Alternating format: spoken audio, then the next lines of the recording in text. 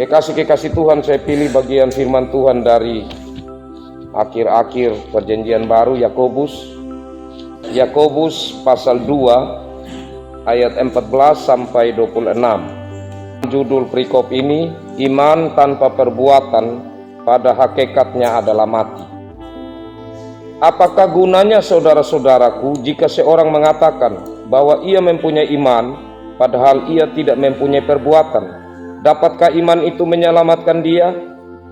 Jika seorang saudara atau saudari tidak mempunyai pakaian dan kekurangan makanan sehari-hari, dan seorang dari antara kamu berkata, "Selamat jalan, kenakanlah kain panas dan makanlah sampai kenyang," tetapi ia tidak memberikan kepadanya apa yang perlu bagi tubuhnya, apakah gunanya itu? Demikian juga halnya dengan iman. Jika iman itu tidak disertai perbuatan, maka iman itu pada hakikatnya adalah mati. Tetapi mungkin ada orang yang berkata, padamu ada iman dan padaku ada perbuatan. Aku akan menjawab dia, tunjukkanlah kepadaku imanmu itu tanpa perbuatan, dan aku akan menunjukkan kepadamu imanku dari perbuatan-perbuatanku. Engkau percaya bahwa hanya ada satu Allah saja, itu baik. Tetapi setan-setan pun juga percaya akan hal itu dan mereka gemetar. Hai manusia yang bebal, maukah engkau mengakui sekarang bahwa iman tanpa perbuatan adalah iman yang kosong? Bukankah Abraham bapa kita dibenarkan karena perbuatan-perbuatannya ketika ia mempersembahkan Ishak anaknya di atas mezbah? Kamu lihat bahwa iman bekerja sama dengan perbuatan-perbuatan, dan perbuatan-perbuatan itu dan oleh perbuatan-perbuatan itu iman menjadi sempurna. Dengan jalan demikian genaplah nas yang mengatakan, lalu percayalah Abraham kepada Allah, maka Allah memperhitungkan hal itu kepadanya sebagai kebenaran. Karena itu Abraham disebut sahabat Allah. Jadi kamu lihat bahwa manusia dibenarkan bukan karena perbuatan-perbuatannya, dan bukan hanya karena iman.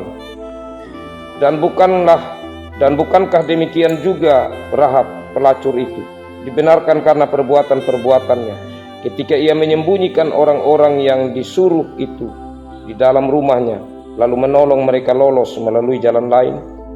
Sebab seperti tubuh tanpa roh adalah mati, demikian jugalah iman tanpa perbuatan-perbuatan adalah mati.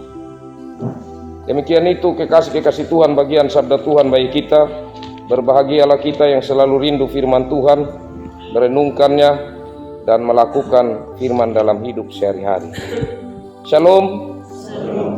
Kekasih-kekasih Tuhan, dalam ibadah minggu tadi kita baru saja tentu mengikuti bagian firman Tuhan yang berbicara tentang iman, di mana Rasul Paulus menyampaikan suratnya kepada jemaat di Roma. Nah, di situ kalau kita perhatikan, dia katakan begini, dengan iman atau mengaku Yesus sebagai Tuhan dan Juru Selamat pasti diselamatkan. Kalau kita perhatikan di kalimat ini, seperti tanpa perbuatan orang selamat, ya kan? Mengaku saja dengan mulut, maka orang itu diselamatkan. Nah, kita ikuti tadi dengan baik khotbah yang disampaikan Ibu Vikaris, bahwa konteksnya memang iman itu sangat diperlukan dalam hal pengakuan saat itu di Roma, khusus di Roma, karena kaisar dia meminta supaya dia dipanggil kurios atau Tuhan. Kalau tidak memanggil kaisar itu Tuhan, kepala dipenggal. Karena itu perbuatan di saat itu tidak terlalu penting. Yang dipentingkan dilihat apakah orang ini dia mengaku Yesus sebagai Tuhan atau tidak. Jadi di saat seseorang tidak mengakui kaisar itu Tuhan, maka dia akan mati. Nah, kekasih-kekasih Tuhan, karena orang melihat bahwa ini berarti bertentangan dengan Rasul Yakobus, karena Rasul Yakobus bilang iman tidak cukup, harus disertai dengan perbuatan. Kalau tidak ada perbuatan percuma, jadi tidak bertentangan. Apa yang disampaikan oleh Rasul Paulus dalam kitab di Roma itu berhubungan dengan orang-orang yang sedang diperhadapkan antara hidup dengan mati, mengakui Yesus Tuhan atau Kaisar Tuhan. Tidak gampang. Nah, sedangkan yang dihadapi oleh Rasul Yakobus beda. Secara iman tidak masalah. Orang semua mengakui Yesus itu Tuhan. Tapi sebelum saya sampai di situ, supaya Bapak Mama jangan bingung. Kalau kita bilang Yesus Kristus, itu berarti Yesus itu anak Yusuf dan Maria. Itu nama manusia, ya kan? Yesus itu 100% manusia. Tetapi Kristus itu beda lagi. Kristus itu adalah Mesias yang diurapi. Di sini adalah pengakuan tentang Tuhan. Kalau begitu berdoa, jangan hanya bilang dalam nama Yesus. Kita hanya berdoa kemanusiaan. Harus Yesus Kristus. Dalam nama Yesus Kristus. Yesus adalah kemanusiaannya, Kristus adalah ketuhanan. Oke, saya lanjut. Nah, selanjutnya kekasih-kekasih Tuhan. Saya katakan tadi bahwa di konteks tempat Yakobus menyampaikan suratnya ini, orang-orang dalam masalah iman percaya Yesus adalah Tuhan, tidak ada masalah. Mereka percaya Yesus adalah Tuhan. Tetapi dalam hidup mereka itu penuh dengan kesalahan-kesalahan, dosa-dosa yang tidak menunjukkan bahwa mereka ini orang beriman kepada Yesus. Karena itu Rasul Paulus bilang, percuma saja, itu ibarat kalau kamu orang datang dan dia bilang, saya mau pergi di satu tempat, tapi saya ini tidak ada baju, tidak ada makanan. Oh, tidak apa-apa, pergi sudah. Saya doakan engkau selamat. Percuma, karena yang dia butuhkan tidak terjawab. Harus kita bilang, pergilah dengan selamat dan ini ada baju, ini ada sedikit makanan, bawalah. Itu baru namanya iman dan perbuatan. Nah, kekasih-kekasih Tuhan, berdasarkan iman dan perbuatan, saya perlu juga untuk mengingatkan kita hal yang kita tahu supaya kita hati-hati. Karena perbuatan yang dimaksudkan di sini itu didahului dengan iman. Sekali lagi, perbuatan didahului dengan iman. Karena apa? Karena perbuatan saja tidak akan membawa orang pada keselamatan. Itu membawa orang pada timbangan apakah dia selamat atau tidak.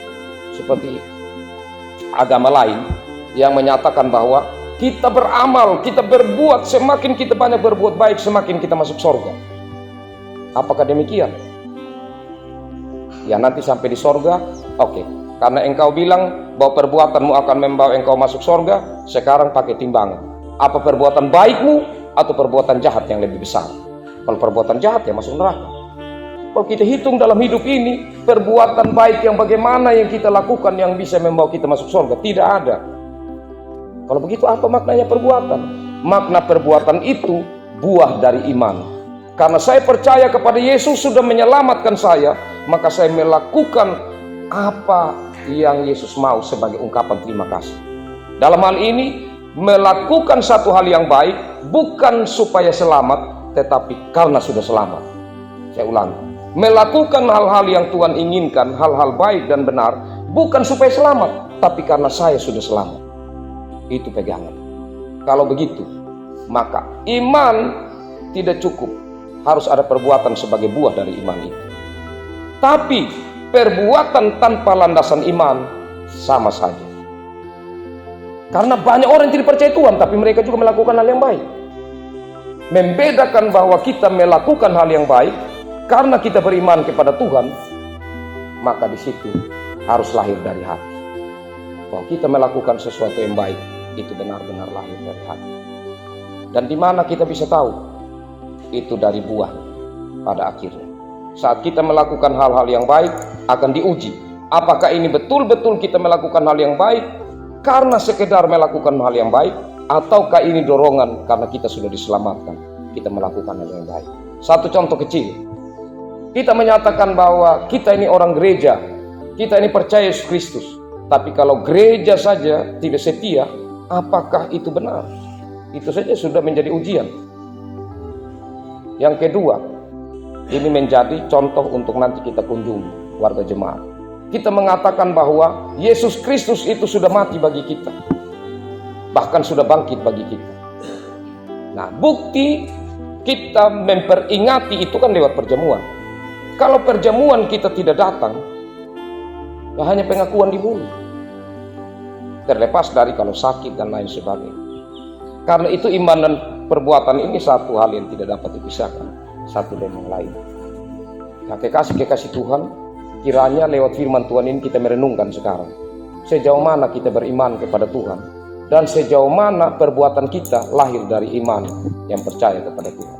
Itu perenungan mendalam kita, pertama-tama sebagai majelis jemaat, yang kedua sebagai keluarga. Sehingga dengannya kita kembali membangun komitmen. Saat kita mengunjungi warga jemaat, Tuhan, saya melakukan ini bukan sekedar pekerjaan, bukan sekedar sesuatu beban yang Tuhan taruh di pundak saya, tetapi suatu ungkapan syukur. Karena pelayanan harus ada dua hal yang penting, beban dan nikmat. Beban itu berhubungan dengan tanggung jawab, sedangkan nikmatnya itu adalah bagaimana kita merasakan kasih sayang Tuhan yang memelihara kita dan mempercayakan tanggung jawab itu kepada kita. Dengan demikian, maka saya percaya bahwa seberapapun kita telah melakukan itu berulang kali, kita tidak akan bosan. Karena kita percaya bukan sekedar beban, tapi nikmatnya ada dalam pelayanan kita. Karena Tuhan sudah mempercayakan ini untuk kita menyampaikan berita keselamatan kepada warga jemaat Tuhan percayakan. Tuhan memberkati firman-Nya dan memberkati kita semua. Amin.